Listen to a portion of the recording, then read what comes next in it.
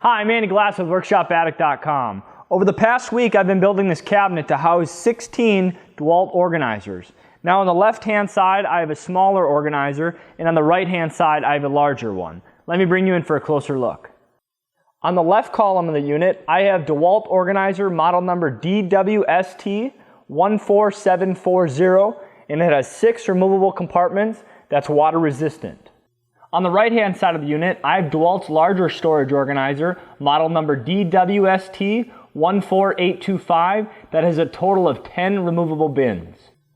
The construction method for this unit can't be any easier. It's simple butt joints and screws. Now that's plenty strong enough for this shop application, but if you desire a different joint, go ahead and modify the plans. Now before we get started, I'd like to point out that this unit is different than the one we have in the plans. And I wanted to do that for one reason and one reason only. This unit on the right-hand side is a simple box. On the left-hand side, it's basically a U with a back that's pocket screwed to this unit. So the one in the plan is going to be this entire unit as a box similar to this style. In the future, if you get more storage organizers, you can build something like this, a U with a back, and attach it to the main unit. Easily expandable. Let's go ahead and get started.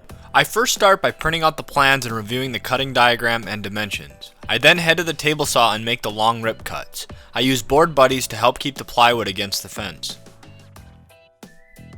I just need a small section on the second sheet of plywood. I use my Festool track saw to get a nice clean cut. I use white foam board from the big box store to allow the blade to cut into and not hit the concrete. I then bring the long sections of plywood to my MFT3 to square up one end and then slide it down to cut it to length. I use Rockler's heavy-duty roller stand to support the cutoff. The MFT3 is sure a treat to have in the shop for the jobs that are just outside the miter saw's capacity. For the skinnier lengths of plywood, I can bring it to the newly built miter saw station and cut the parts to length. Utilizing the Craig's precision track and stop system, I can be certain the parts will come out to the perfect size.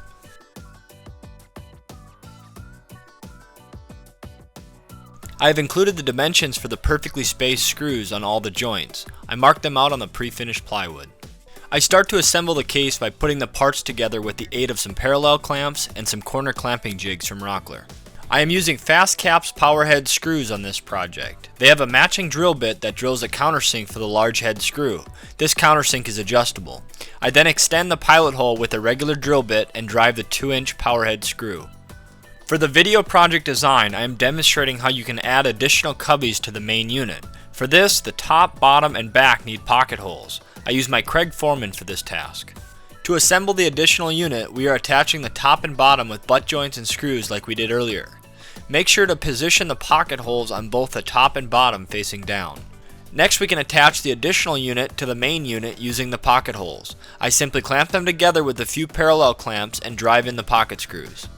With the carcass complete minus the back, we can now focus on the hardwood runners. We don't want to attach the backs yet as it will prevent us from being able to clamp the runners.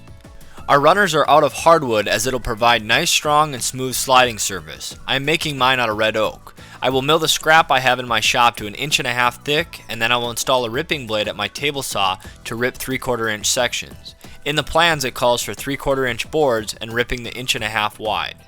I am using some 6/4 scrap stock up.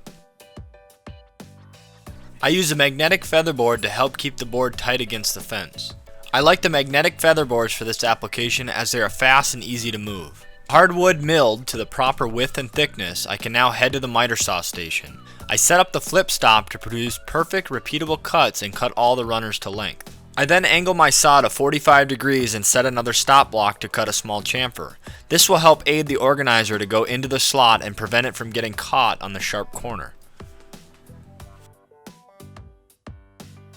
Next, I drill a countersink for the mounting holes at the drill press to dress up the runners. I extend the pilot hole with the regular drill bit. Now we can mount the runners. I use a spacer to properly space the runners for a nice even look. This will allow 1/4 inch in each slot. I then place the runner on the spacer and clamp both ends. I then drive the 3 mounting screws.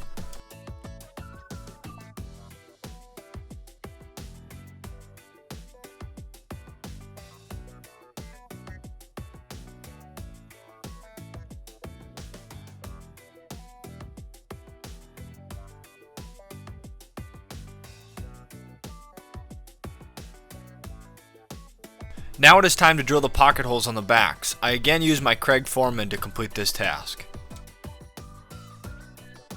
I slide the backs in place, apply a little clamping pressure, and fine-tune the position. I then drive the power head screws through the sides, top, and bottom, and then drive the pocket hole screws to finally secure it in place. I tilt the cabinet down to access the bottom to prepare for mounting the casters. I am using some 3-inch swivel locking casters from Harbor Freight. I use some panhead screws to mount the casters. I make sure to set the casters about 1/8 of an inch from the ends and then place the screws in the exterior corners of the holes to get a secure grip. With the cabinet complete, we can load the organizers and get ready to transfer the contents into each organizer. I am super excited on how this will organize my shop, consolidate all my hardware and items into one place, and the contents can easily be identified by future labels on the front of the organizers.